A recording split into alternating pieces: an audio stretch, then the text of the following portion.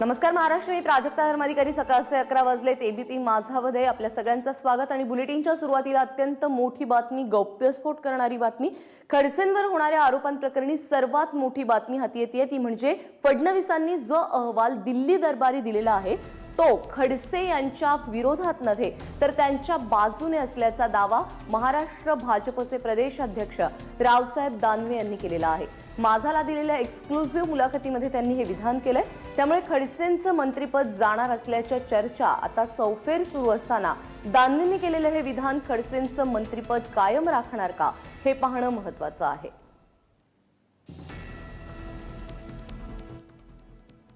काल दिल्ली दरबारी होते. मुख्यमंत्री अमित शहांनी अहवाल मागवलेला होता. खडसेंवर होणाऱ्या आरोपांप्रकरणी हा अहवाल होता आणि त्यातला सगळ्यात महत्त्वाचा आरोप होता तो म्हणजे पुण्यातील MIDC जमीन खरेदी प्रकरणाचा. आणि दानवे म्हणतायत की हा जो अहवाल मुख्यमंत्र्यांनी दिल्ली दरबारी दिलेला आहे तो आहे खडसेंच्या बाजूने.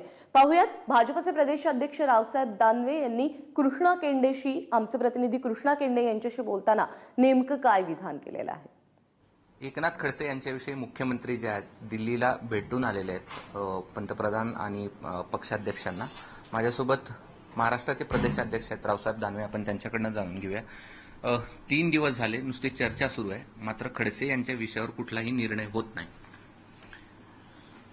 खडसेच्या प्रकरणामध्ये भारतीय जनता पार्टीच्या वतीनं मी अगोदरच खुलासा केलेला आहे की जे आरोप प्रत्यारोप चालले त्या आरोपामध्ये कुठल्याही प्रकारचं तथ्य नाही आहे. आणि जर त्या आरोपामध्ये कोर्ट कचेरीच्या नंतर तथ्य निघालं तर त्या तथ्यातून जे बाहेर येईल त्याप्रमाणे आम्ही पुढील कारवाई करू. परंतु आज तारखेला आम्हाला असं वाटतं त्या प्रकरणात काही तथ्य नाही. काल मुख्यमंत्री दिल्लीला गेले होते, प्रधानमंत्र्यांची भेट घेतली, परंतु ती बैठक होती स्किल डेव्हलपमेंटच्या संदर्भातली. अर्थात गेल्यानंतर प्रधानमंत्री भेटले, आमचे पक्षाचे राष्ट्रीय अध्यक्ष अमित भाई भेटले. काल त्यांची चर्चा झाली, परंतु चर्चेनंतरही अजून पुढची कुठलाही सावध भूमिका आम्ही घेतलेली आहे की पक्षांतर्गत कारवाई कुठल्याही प्रकारची त्यांच्यावर सध्या तरी होणार नाही.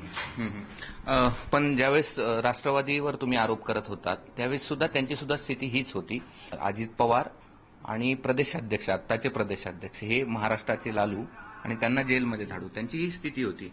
आज कोण आहे मग लालू भाजपमध्ये, असं काय? मला हे सांगा, त्यांच्यावर केलेले आरोप आम्ही केले होते ते 70,000 कोटी रुपये सिंचनामध्ये यांनी घोटाळा केल्याचे, अशा प्रकारचे आमचे आरोप होते. त्याशिवाय आमचा दुसरा आरोप होता की महाराष्ट्र सदन जे बांधले दिल्लीला त्या महाराष्ट्र सदनामध्ये यांनी घोटाळा केला आहे. आम्ही आरोप केले आणि आरोप सिद्ध झालेत आणि त्यानंतर पुढची कारवाई केल्या गेली.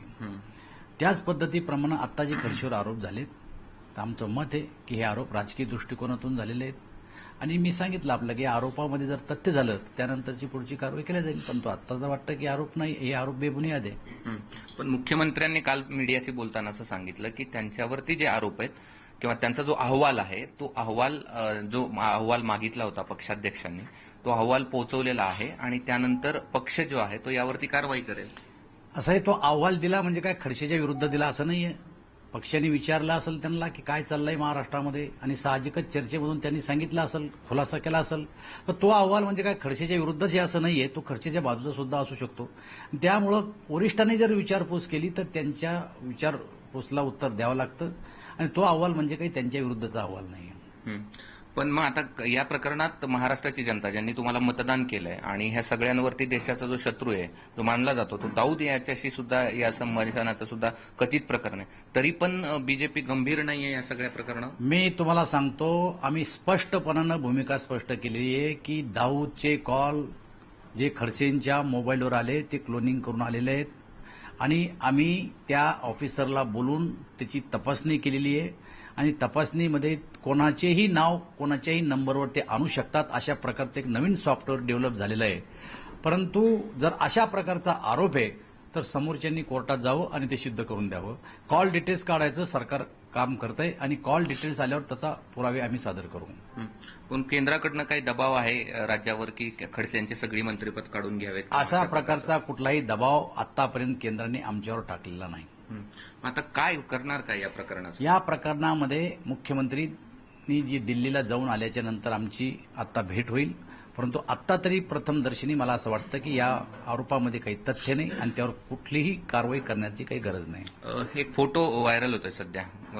स्वर्गीय नेते गोपीनाथ मुंडे हे व्हीलचेअर ढकलतायत आणि खडसे त्यावरती बसलेले आहेत आणि याची जाहिरात सुद्धा आज पेपरमध्ये आलेली आणि त्यामध्ये 3च नाव आहेत. पंकजा मुंडेंचं नाव आहे, त्यांच्या दुसऱ्या बहीण त्यांचं नाव आहे आणि एकनाथ खडसेंचं नाव आहे. याचा काय संदेश घ्यायचा अशा प्रकारचा याचा काही दबाव संदेश नाही.